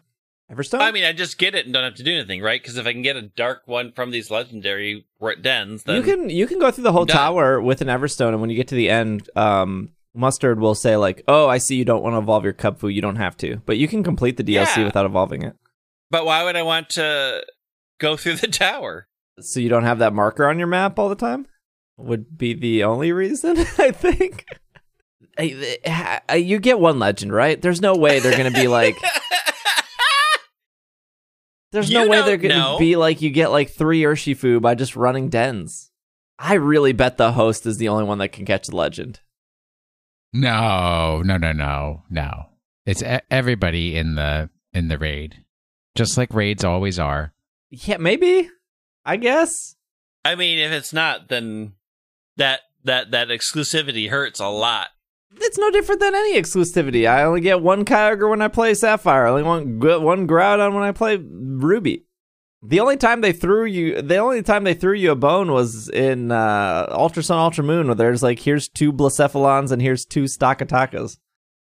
Yeah, but like in the current den thing, if a sword person threw up a den, you could still catch the one from across the way without having to do a trade. Yeah, but that would be a huge change for this one. What's stopping the host from just resetting themselves? The 3 partners catch, and then they just run it again. And they're like, all right, here you go. Here's unlimited Alzelfs. And nothing, but they haven't done that so far. They haven't put that limit in on anything. That's why if the limit is only the host can catch, then there's no point in the host resetting because they're not resetting for the other 3. Yeah, and then there's no point in anybody doing raids with you because it's like, I'm not getting anything from all this hard work. What? 1, you're getting the Pokemon up to it. 2, do you really want to do it with CPUs? Yeah, why not? It doesn't matter about what I want. I could not want to do it with CPUs and still have all my friends not want to do it with me because they don't want to waste their time on getting all those I help you get your Zygarde, you help me get my Zygarde. Do you think that's how the world works? You're imagining things. I get my Zygarde, and I'm like, sorry, guys, I got to go to bed. Sorry, work early tomorrow. As Bye. Somebody who's done a lot of Destiny raids, there are a lot of those people, yes. I mean, I just think, like, that's a big departure from how they've set up all raids going so far. I can see them really changing the odds, but I don't think they'll just say, oh, only the host gets it. I mean, they let us do Mewtwo and say, hey, you can't catch Mewtwo. Yeah, but nobody could catch nobody Mewtwo. could catch it. What if this happens? What if no one catches it? It then forces the Pokemon to spawn in a point of the game where you walk up to it and then you can catch it. Because how are you going to soft reset for it? Why do you have to soft reset for it? Because these days people are going to... Okay, people already hate Sword and Shield, and now they're going to be like, oh, you can't get shiny legends. You can get shiny legends. You just can't soft reset for them. Okay, so even if all your friends are all going to catch the Landorus, do you think all your friends want to do this 1 in 4,000 times? I don't think the designers of this game are making design choices around anyone's ability to maximize opportunity to get a shiny Pokemon. Yeah, they are. Sorry. They have purposely locked Pokemon. They know that players do this. They are definitely making these decisions. Well, no, they make decisions to stop people from getting shiny Pokemon. So if not they're to making decisions to stop people from getting shiny Pokemon, then why would they not make the decision of we don't want you to get 200 Landorus by just resetting? Again, if the host resets and the other 3 catch, the host does it again, and then it's just unlimited Landorus. Well, I think we're in a time of unlimited Landorus. That's a very depressing time. I mean, they haven't done it for anything else. They just haven't. We've been dealing with why aren't you getting unlimited G-Maxes? Yeah, and they've had a full year to figure this out. And they haven't done it. This is the update. Yeah, what makes us think they're going to, they haven't even, they have that year. They didn't change it with the last update. This is the first time catchable legendaries will be in raids. So to say they've never done this, yeah, I guess, but they've never done this for actual legends. They gave us 2 towers for Urshifu, they gave us 1 Urshifu. They clearly care about limiting what they clearly over the years have cared about limiting legends. Yeah, but then they put Urshifu it's all been back. an accident. It's all been coincidence. They put Urshifu back because they're giving you the other Urshifu. They're giving you're paying just like they make things easy over time. Here are more mints on the ground. Here is Armorite ore. Here is more. They do make things easier over time, but let's not pretend that they don't care about limiting your legends. So, but are you also then saying that you will only ever get 1 Articuno den spawn ever, and once that's done, you will never see another Articuno? Yeah, once you go through the Ultra Wormhole and you catch Mewtwo, there's no more Ultra Wormholes with Mewtwo anymore, right? It's gone. You did it. I don't know. I didn't do Ultra Wormhole. But right? What's the difference of going through an Ultra Wormhole and going through a raid den? Besides that, you can do it with people. That's the only difference. But so what you're saying is, so do you think it'll be 100% catch rate for the person, for the person that starts the raid? If you go through a Landorus raid and you throw 1 Pokeball and you don't catch the Landorus, do you do the whole thing again? Like that's a bad experience. If I really need a Landorus, yes. Yeah. Yeah, but so this goes back to your guys' original argument. If I convince 3 friends, hey, I want to do Landorus, Will catches the Landorus, I don't, Greg doesn't, Horcopus doesn't. What is Will's agreement to be like, oh, I already got the Landorus, why would I want to do it again? It took 20 minutes. I want to go ride my bike. Yeah, I do want to go ride my bike. You're right. Like, even if everyone gets to catch it and everyone gets to throw 1 ball, because that's how it's always been for Dynamax raids, if 3 of your friends catch it and you don't, we know that people are selfish. So why do they want to help you do it? Again. I mean, there's a ton of people who do want to help you do it. There you are. Like your Destiny problem. But what I'm asking is, do you think that there are, how many legendaries are there? There are 50 legends. There are only 50 dens that have these in here. And once you catch one, that den is shut down and you will never see another Articuno. No, yes. You know what? That's what I think. Honestly and truly, I think now I'm putting all the pieces together. Here, I've got a big board with pictures and string and thumbtacks and all. It's all tying together. Here's the answer. I finally cracked it.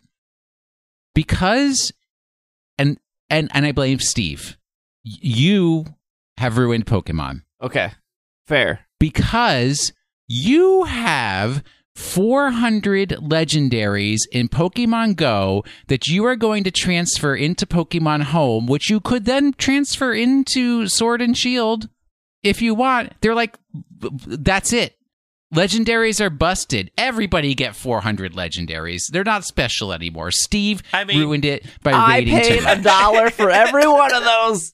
I paid $60 for all these. You paid $400. You could have bought put a good down payment on a PS5, but instead you've ruined Pokemon. This is what I think. Did you, in Oris, were there multiple hoops, or when you caught one out of that hoop, did that hoop disappear? Yes. Once you caught Azelf, In the hoop for auras, you could never catch another Azelf. Once you caught Terrakion in the Ultra Wormhole, you could not catch another Terrakion. I don't see why this would be different. No, I mean, maybe it's that way.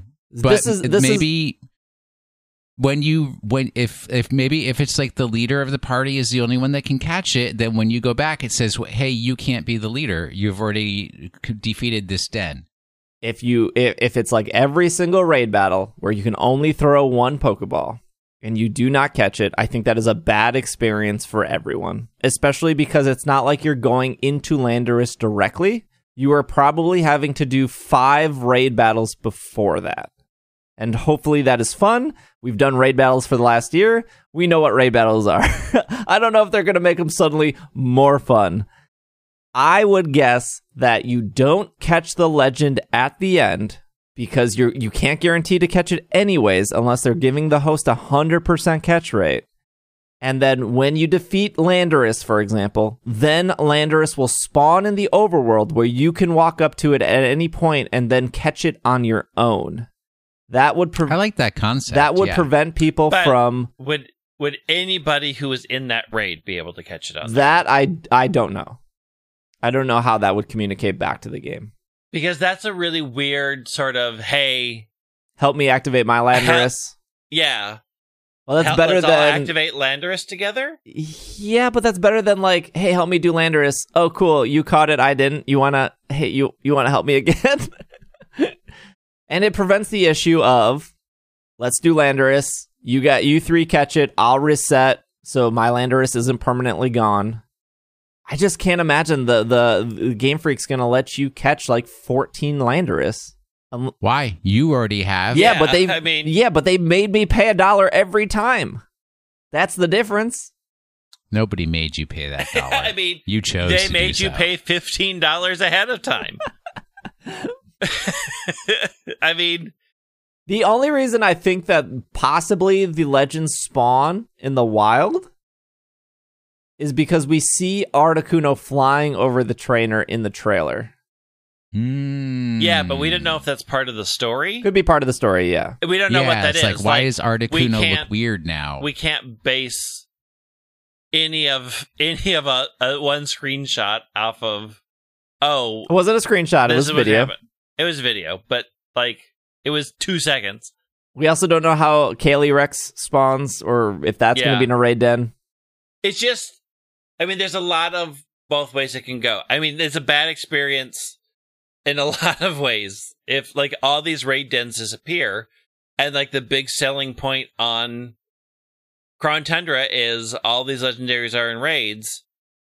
And that's a limited time thing. That is a very limited time thing for you enjoying this DLC, unless there's a whole bunch of other stuff that they've added.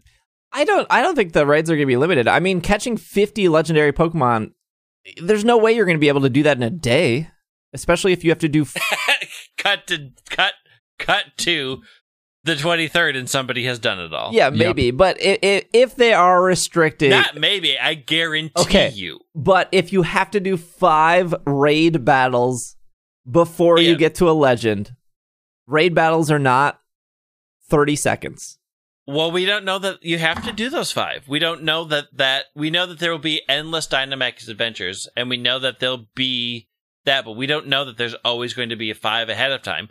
We have no idea if there's some that are just go straight to the legendary and some that are walk through stuff and then go, like, we have no idea what that looks like.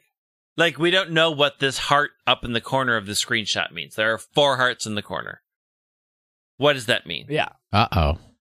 Zelda crossover. I think the Dynamax Adventure is how you get it. It says try swapping out your Pokemon as you explore whenever you seek the legendary Pokemon that lurks in the depths. And when you delve even deeper, Endless Dynamax may be the thing for you. Endless Dynamax lets you keep going until you lose. So specifically in the Explore the Pokemon Dens and Dynamax Adventure, it says like how as you seek legendary Pokemon. I'm not saying every legendary Pokemon is going to be there. I'm assuming Cash Register and Regidrago are probably going to be more storyline focused, as well as Articuno, Zapdos, and Moltres. more storyline focused, and probably Calyrex more storyline focused. But we see Landorus in a max raid. We see Tapu Koko in a max raid. We see Regice in what looks to be a cave, which normally the Regis are always in a cave. And then we see the trainer using a Virizion in the snowy field. Well, that's not appropriate because Virizion is grass. I think weak to ice. 50 unique raids for 50 legendary Pokemon is a lot of content. I don't doubt that. If it's not fun the first time, it ain't going to be fun the 50th time. That is my worry. I would say that the Hoopa thing was pretty cool, although that was on a time limit, right? Like, it was only like certain rings spawned on certain days, and people would have to reset the clock. That was a little annoying. I would say the Ultra Wormhole stuff was fun. I thought it was fun. I know not everyone loved Ultra Wormhole, but, you know, if I was looking for Mewtwo, I knew I had to go to I think Mewtwo was like blue or yellow or something, so I would keep trying to go for yellows. I guess we'll know in like 3 weeks. So yeah, yep. The ability patch is being introduced in Crown Tundra. You can get new in the Crown Tundra. You may get new items called ability patches. They're hard to come by, but worth the effort.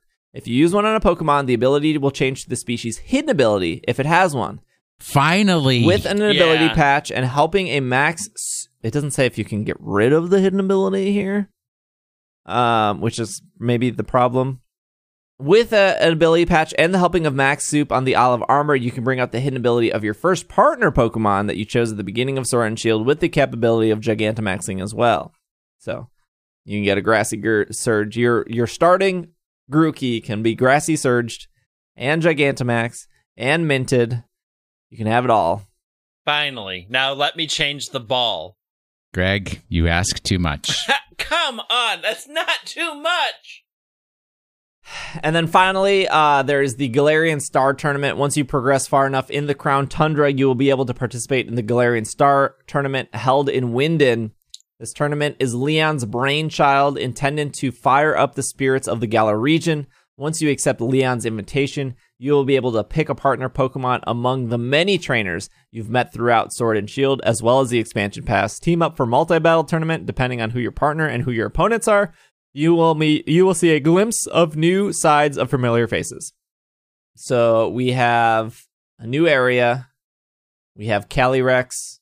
It says new regional forms, but that's really misleading because it's literally just Slowking, sorry. Pokemon that didn't... the birds. No. The true. legendary birds, the Regis. The Regis. And 2 Regis. Those aren't forms. Those are new Pokemon. Those are new. We have Pokemon Wait, I thought Reggie Steel and Regice, and they all got new forms. No. 2 brand new Regis. We have Pokemon that didn't appear in Sword and Shield, like Spheal, Garchomp. We have a new Pokedex, so hopefully we get something when we complete that Pokedex. We have a new clothing item. Cool. New Pokemon added max raid battles. New items. And then new co-op play mode, which is... Did they ever fix the numbers for the Pokedex for Isle of Armor? Fix the numbers? So when Isle of Armor first came out, if you caught a Pokemon that is an Isle of Armor in the Isle of Armor expanded Pokedex, it did not have a Pokedex number. So you didn't really know where you were in the order of Pokemon that were available in Isle of Armor. I guess this is something I could find out for myself. That I was was just an hoping issue. somebody would know. The issue was no. The issue was if you moved a Pokemon from home into the Isle of Armor didn't recognize that you caught it. That was the issue. That's not my issue. My issue is I want to see a number up in the corner that says I've got this one of this many that I'm expected to get, so I have an idea of what my target is. I guess I don't know what number you're talking about. Pokedex number. Yeah, it had one. It was like 1 out of 206 or something. No. The original, you get the Galarian Pokedex from 1 to 400. Uh-huh. When you started catching Isle of Armor Pokemon, they did not have a Pokedex number. Mine did. They did not start at 401. No, because that Pokedex is done. 2 different Pokedexes, just like in Sun and Moon. You had the Melmetal Pokedex, you had the Akala Island Pokedex. when I go in to look at my Pokemon in their boxes, there's no Pokedex number in the little spot where a Pokedex number is supposed to appear. Well, not all Pokemon It's have blank. a Pokedex number. Like Popplio and Rowlet don't have a Pokedex number because they're technically not in the Pokedex. But like Sharpedo should have a Pokedex number for the Isle of Armor, I think. It does not. I see what you're saying. And now. I raised this issue to you a long time ago, and you're like, "Yeah, that's a bug." No, then- the bug was trading a Pokemon from home into it did not register properly. They did fix that. They fixed that. Well, thank goodness for that. They fixed that the same weekend they got rid of shiny Zamazenta in raids. Because people were hacking those in. I see what you're saying. Because it only goes up to 400. So, like, there's no 401 for, like, Sharpedo. Yeah. Yes. No, that has never been addressed. Which aggravates the heck You out also of me. cannot search for Popplio in the search feature, which is incredibly infuriating if you were looking for a Popplio to put a Primarina on your team. What? You can't you go to all boxes and you do like type, moves, ability, Pokemon. If you go to Pokemon, you can't search for like Popplio or Rowlet. They don't exist. Oh. So you'd have to like, if you wanted to find Popplio, the fastest way to do it would be like search for like a water fairy Pokemon, or go into home and search from there, and then no. But if I have a bunch of Popplios in my 32 boxes, how do I find it quickly? Yeah, there is no way. Unless I mark it. Look, there better be new ribbons in this expansion. There won't be. There you go. That's the important thing. Yeah, who cares about legendary at the Pokemon? end, you'll get a ribbon every 10 eternal that you go through. I just want more ribbons on my Pokemon. Is it so much to ask for? You'll get it. So complete the first 10 endless Dynamax adventures, you'll get stage 1. And then if you can get up to 100, you'll get a super ribbon. Wait, now we have Mythicals, Legendaries, and Eternals. Greg, what is this? Well, the endless Dynamax adventure. So you can get a ribbon that I was says, just trying you have to- done the endless. Restrictive sparring should have given a ribbon. It doesn't, though. Nope. Well, maybe it does. Maybe if you get up to 15, you get a ribbon. I know you haven't restrictive sparred enough. You don't know. Keep going. Oh, I know. Keep going and see. All right, we're going to skip question of the week. This podcast is way too long. Rude. Save them all for next week. You Just didn't, copy you it. didn't even. You didn't even talk about the hats. What hats? Hat Pikachu. They're the same ones from Sun and Moon. Copy paste. That's Copy true. paste. Copy paste. But they're available now with codes. Three of them Look it are. up. 3 of them are available as of us recording. There, I think, are 7 in total. There are people that rely on our news. Yeah, I'm tweeting it. I'm Instagramming it. Nobody follows your garbage social media. That's not true. Actually, somebody who I know from DC who is completely unrelated to anything in this podcast retweeted one of Steve's little infographics. And I was like, it's coming at me from all angles. Can't get away from this. I've got a quick question of the week. Okay. How garbage was that awful music video? Oh and my I wish they had gosh. spent their money So good. on fixing the trees.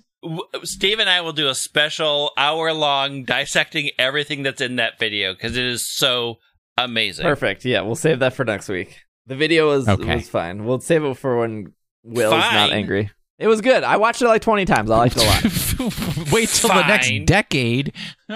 Pokemon of the week. Pokemon of the week. Last week's Pokemon of the week. It was a quiz. I'll go through this really quickly since we have been going for a long time. I'm going to go through all the questions. I will give you the correct answer. And then, Greg, you can tell me what the right answer is at the end. Steve, you can say Chatot. Okay. Question 1. Which of the following types has been represented by only one starting Pokemon evolution? Fighting, Steel, Ground, Dragon. Correct Steel. answer was B, Steel. Question 2. Which of the following, and also for everybody out there, Mega Evolutions are evolutions, a Mega Sceptile, Mega Charizard, both Dragon type. Yep. Question 2. Which of the following types has been represented by only one starting Pokemon evolution? Poison, Dark, Rock, or Ghost? Ghost. Ghost, correct. That would be Decidueye. Question 3. Which of the following phrases is a mispronunciation of a phrase meaning to give specific focus? Horcopus, house cleaning, hone in, shine a light on. Hone in. Hone in, yes, because it's actually home in with an M, not an N. Question 4. In fencing, the phrase on guard means the opposite of the Pokemon ability Wonder Guard, No Guard, Magic Guard, or Friend Guard. No guard. Correct, because on guard means to protect yourself, and the No Guard ability basically means that you can't protect yourself. There's no ability to avoid damage. Question 5. The following anime character used this week's Pokemon in an episode before evolving it. Sawyer, Ash, Horcrux, or Serena? Horcrux. No. Horcrux used a Charge-a-Bug, dude. Oh, dang it, I forget. It was Sawyer. Sawyer. All right, because Ash doesn't evolve anything. He does sometimes. Occasionally. All right, who is the Pokemon of the week? Chatot!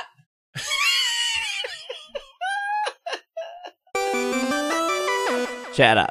It's Honedge. Honedge. You are correct. It is a steel ghost steel, hone edge, which means hone means to sharpen, has the ability No Guard, and Sawyer had one in the anime. Shuffle, real good icon. I like the red blade shiny, too. Yeah, good shiny. It's a good contrasty shiny. The amount of people that came into my Twitch stream and asked why I wasn't using Magnet Pull on Honedge was infuriating. Because Magnet Pull is an ability that outside of battle, if a Pokemon with Magnet Pull is placed in the first of the party, even when fainted, there's a 50% chance the game will force an encounter with a Steel-type Pokemon. But in Generation 6, the same generation Honedge was introduced, Steel-type Pokemon with the additional Ghost typing are unaffected by Magnet Pull. Correct. Yep. And the Honedge line are the only Steel Ghosts. So Magnet Pull does not work on Honedge. And the amount of people that were like, well, it worked for me, just shows, what is that, confirmation bias? Yep. It doesn't work. You can, what was that thing called? Radar scan for Honedge and Ultrasun Ultra Moon? You're the one who does it. I've never done that. You mean DexNav? DexNav. No. The Sun and Moon, scan the QR codes. Oh, Island Scan. Island Scan, that's what it's called. You can Island Scan for Honedge in that game. I think it's pretty straightforward to hunt it in Sword and Shield now. You can just literally see thousands of them in the wild area when it's foggy, I think. What's our Pokemon next week? Okay. Pokemon for this week. Short, sweet, easy. Out of all the fruit, vegetable, and food-based Pokemon, only one has a name that starts with the letter B. This Pokemon is based on a deep purple fruit grown in Southeast Asia. It is difficult to find in the United States because it was banned for a very long time. Banned because of fear that importing the fruit would introduce a particular fly to the Americas from Asia. As it stands, the fruit must be irradiated as part of the import process. The first and only time I ever tried to eat one, I bit into it, which you should not do, as its rind is basically wood. There you go. Is it just the eggplant emoji? Yeah, yes. Pokemon of the week is the eggplant emoji. Have you eaten an eggplant? No! Why would I? I like how his whole thing is why would I eat an eggplant? Because they're delicious. They are good. Well, but their skin is not wood, actually. No. Their skin is edible. All right. Eggplant Parmesan. No, you got to get the Chinese, the Szechuan eggplant. Oh, that is very good. Ooh, Tea House up here does it so good. It's one of Brent's favorites. You are listening to this podcast before October 8th. Our Nintendo Switch giveaway is still open. It is in the show notes if you want to click the link, completely free to enter. We will be streaming Crown Tundra on the 23rd. I will probably be streaming till midnight when it comes out, but what I like to do is I like when the people watching are ahead of me, so then they're not worried about spoilers. So everyone who is the hardcore can play the night it comes out, and then I will start on the 23rd at noon Central Time, and then we'll stream for 12 hours. So, you know, if you're watching, you won't have to worry about spoilers as long as you started before I did, which is probably very likely, unless you work, I guess. Also, I'm assuming the story is going to be like less than 2 hours long, just like Isle of Armor. So I don't know how much spoilers there will be. Long stream on the 23rd when it comes out. Twitch.tv/PKMNcast. We'll still have episodes. We probably won't do a mini-series. I don't think a mini-series was needed for the Isle of Armor. That episode on the 25th, we'll probably not talk about the story, and we'll save that for the 1st. That gives you over a week. So yeah, October release for Pokemon. I think the last time we had that was X and Y. Sounds about right. Yeah, I think so. I mean, yeah, that was October 13th, so... Yeah. PKMNcast on Instagram, Twitch, YouTube, Twitter. I put out a YouTube video. A lot of people gave feedback that they liked the Ultra Beast conversation we had on the podcast. And they thought it was interesting and a good derail. So I expanded on those thoughts and I put it on YouTube with graphics and pictures and all that stuff. So that's on YouTube right now. Otherwise, Greg is at White Wing. Will is at Washing the Sink. I am at Dragging a Lake on Twitter. And this has been another episode of the Pokemon Podcast. And we are... super effective. Super endless legendaries for all. All the legendaries, 50 at a time. Get them all.